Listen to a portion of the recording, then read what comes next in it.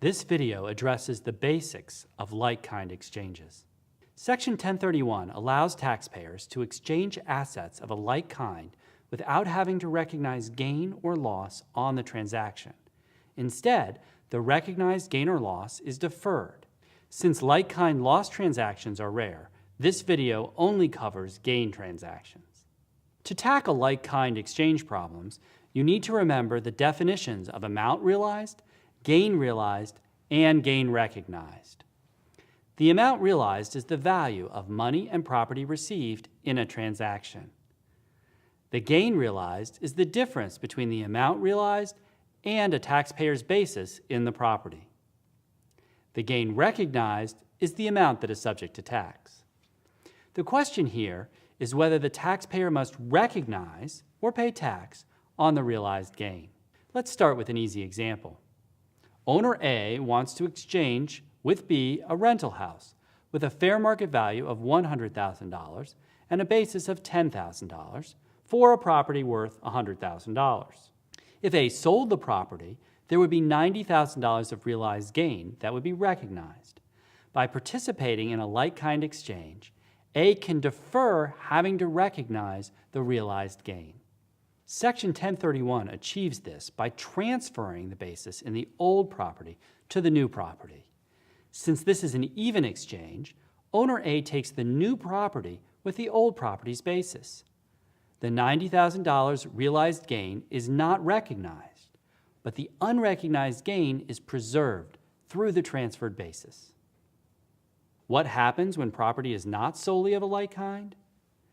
Taxpayer may use cash or other property to even out the exchange. This cash or property is referred to as boot.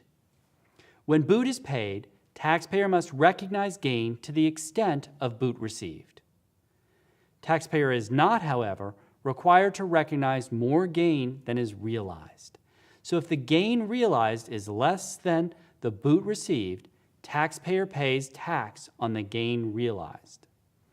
The rule to remember is that taxpayer must pay tax on the lesser of the gain realized or the boot received. To ensure that the right amount of unrecognized gain is deferred, taxpayer must then adjust the basis in the new property for any cash received or gain recognized. For example, owners A and B want to exchange properties. Owner B agrees to even out the exchange by paying $20,000 cash in addition to the transfer of B's property. We refer to the $20,000 extra as boot. As we proceed through these examples, keep in mind two important rules. First, the gain recognized on the transaction will be the lesser of the gain realized or the boot received. Second, the basis in the new property will be equal to the basis in the old property minus any cash received plus any gain recognized. The first step is to determine the gain recognized. Owner A has a property with a fair market value of $100,000 and a basis of $10,000. There is $90,000 of realized gain, and owner A received $20,000 of boot. The $20,000 also represents the part of owner A's property that was not traded for like-kind property. A recognizes the lesser of the gain realized, $90,000, or the boot received, $20,000. A must therefore recognize $20,000 of gain. Now we need to calculate the new basis. The new basis equals the basis in the old property, $10,000, minus cash received, $20,000, plus gain recognized, $20,000. Since we are using the basis to defer unrecognized gain, the basis needs to be adjusted downward for any money received, which is like cashing out part of the property, and increased for any taxes paid, which is a cost. Students often ask if the cash received and the gain recognized will always be the same. In most cases, the answer is yes. But if the gain recognized is less than the cash received, or if the boot is property instead of cash, these numbers may not be the same. So what happens to owner B? Owner B traded property of a like kind and did not receive boot. Owner B paid boot. Owner B has no gain recognized. The lesser of the gain realized, $50,000, or the boot received, 0, is 0. Owner B's basis is the old basis, which includes the $30,000 basis in the property and the $20,000 cash, minus cash received, 0, plus gain recognized, 0. The basis in the new property is therefore $50,000. The basis in the new property preserves the unrecognized gain. Before the exchange, owner B had $50,000 of unrecognized gain. After the exchange, owner B still has $50,000 of unrecognized gain. Let's try another example where owner B assumes owner A's debt. The assumption of a taxpayer's liability is treated as the receipt of cash by the taxpayer.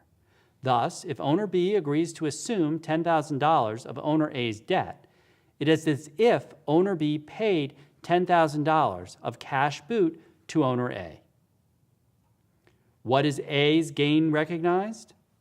The lesser of the gain realized, $80,000, or the boot received, here $10,000 of debt relief, is $10,000.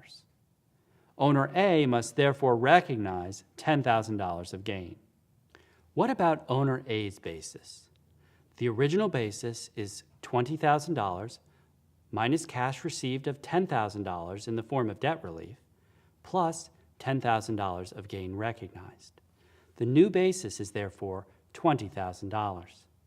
This makes sense because taxpayer originally had $80,000 of unrealized gain. The taxpayer recognized $10,000 of that gain, so there is still $70,000 of unrecognized gain. Taxpayer now has a property worth $90,000 with a basis of $20,000, so there is still $70,000 of unrecognized gain. Now, what about owner B?